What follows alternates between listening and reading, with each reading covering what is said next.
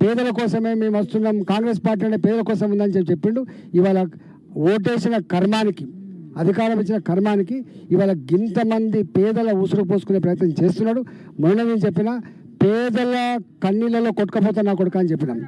నీకు 50 ఏళ్ళ కోసం ఏదో కొడుక, నీకు నీ గవర్నమెంట్ 50 ఏళ్ళ కోసం రాలే, 40 ఏళ్ళ కోసం రాలే, నీకు ఇస్తే 2025 వరకు ఉన్నది. ఇప్పటికే సంవత్సరం గడిచిపోయింది. సంవత్సర కాలంలో ఇచ్చిన మాట ఒక్కటి కూడా నిలుపుకోకుండా, ఇచ్చిన మాట ఒక్కటి కూడా అమలు చేయకుండా ఉల్టాను పేదల బతుకులలో మట్టి కొడుతున్నాడు. ఇలా వాళ్ళ కళ్ళల్లో నీళ్ళు చూసే ప్రయత్నం చేస్తున్నావు. కాబట్టి డెఫినెట్గా నేను ఉన్నంత వరకు మీకోసం కొట్లాడతా.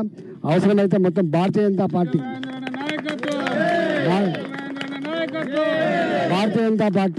మొత్తం పార్టీ మీకు అండగా ఉంటుంది. నేనే వస్తా రామంతపూర్కి, నేనే వస్తా చైతన్యపూర్కి, కొత్తపేటకు, నేనే వస్తా జొన్నగడ్డకు. కాబట్టి ఇవాళ 40 రోజులు అవుతుంది.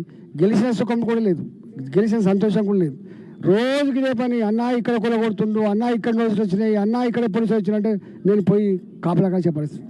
నేను ఎదుకు తిరుగుతున్నా, వాడు ఎదుకు. మొన్నైతే నల్ల చెరువు అయితే పాపం అది ఏమడిగింది, నల్ల చెరువులో అయ్యా మాది భూమి కాదు, మేము లీజ్ తీసుకున్నాం, పట్టా భూమి అని చెప్తే లీజ్ తీసుకున్నాం. 45-50 లక్షల రూపాయలు పెట్టి మేము అన్నీ ఒక 20 ఏళ్ళు భార్యాభర్తలు పిల్లలమంతా కూడా కష్టపడితే ఈ షెడ్ వేసుకున్నాం. మేము క్యాటరింగ్ చేసుకొని బతికేటోళ్ళం. ఒకవేళ కూల కొడతా అంటే కూల కొట్టుకో, మాకు 3 గంటల టైం ఇవి, 3 గంటలని సామాన్యాన్ని తీసుకుపోతామని చెప్పింది. ఒక ఆమె ఇక్కడ గగనపాలలో నా కొడుకు క్యాన్సర్ ఉంది, నేను నీళ్ళ ప్యాకెట్లు అమ్ముకొని బతుకుతా, నీళ్ళ ప్యాకెట్లు అమ్ముకొని బతుకుతా.